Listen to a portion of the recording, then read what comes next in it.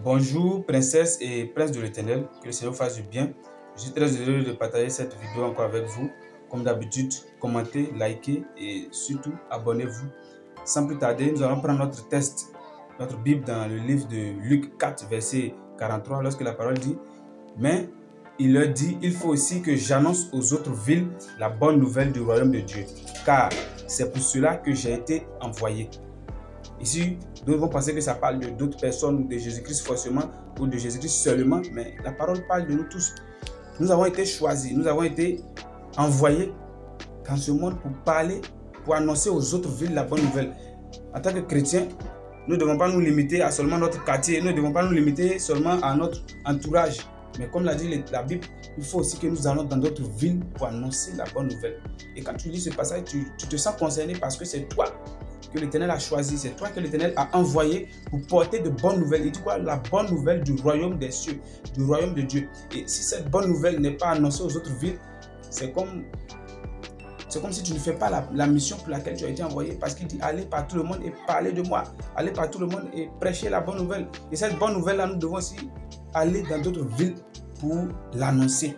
Et si tu es chrétien, que tu n'as pas pris cette mission à cœur, je pense que c'est le moment de te ressaisir, c'est le moment de pouvoir prendre cette mission-là à cœur et d'aller dans d'autres villes, d'aller dans d'autres quartiers, d'aller dans d'autres, dans d'autres pays.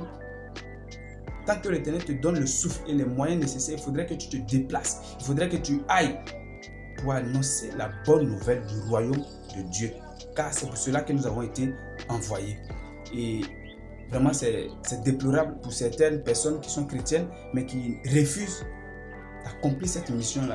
Parce que c'est ce que l'Éternel attend de nous, que nous allions. C'est pour cela qu'il dit quoi? Tu feras de l'Éternel ton Dieu ta priorité. Ta priorité. Et si l'Éternel est ta priorité en tant que chrétien, je pense que tu vas annoncer sa parole. Voilà, tu ne vas pas te limiter à ton ami de classe ou bien je ne sais pas qui, mais il faudrait que tu ailles annoncer, parce que c'est pour cela que nous avons été choisis. C'est pour cela que nous avons été appelés.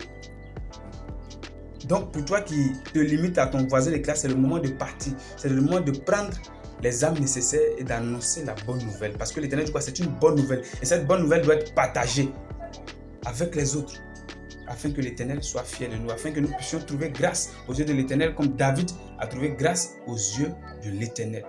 Et je ne vais pas être long, vous le savez, mais juste une exhortation pour toi qui m'écoutes, pour toi qui me regardes. Ne te limite pas de là où tu es, mais va annoncer la bonne nouvelle du royaume de Dieu. Que le Seigneur vous bénisse. À la prochaine. Amen.